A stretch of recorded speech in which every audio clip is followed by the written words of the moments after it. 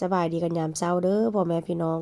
มื้อนี้ค่อยก็ตื่นแต่เช้าเอาลูกขึ้นมาแล้วก็กินอาหารเช้าแล้วก็ไปส่งลูกอยู่โรงเรียนหลังจากนั้นก็แวะไปซูเปอร์มาร์เก็ตต่อพี่น้องมื้อนี้ก็หลังจากไปเข้าซูเปอร์มาร์เก็ตค่อยก็ย่างตรงดิ่งย่างไปแผงแบบพวกกระเจ้าไข่พวกปงพวกปลาแล้วก็พวกอาหารซีฟู้ดว่าซั่นซะ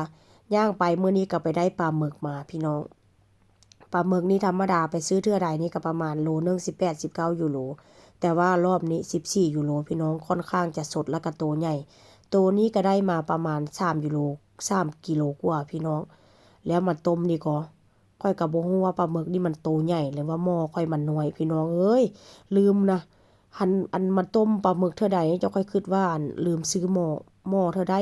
ก็หม้อน้อยพี่น้องเปลี่ยนหน้าเตาเนาะมันก็เปลี่ยนหมดทุกเตาหั่นล่ะ เปลี่ยนหมดทุกหม้อว่าซั่นซะแต่ว่าก็ลืมซื้อหม้อใหญ่พี่น้อง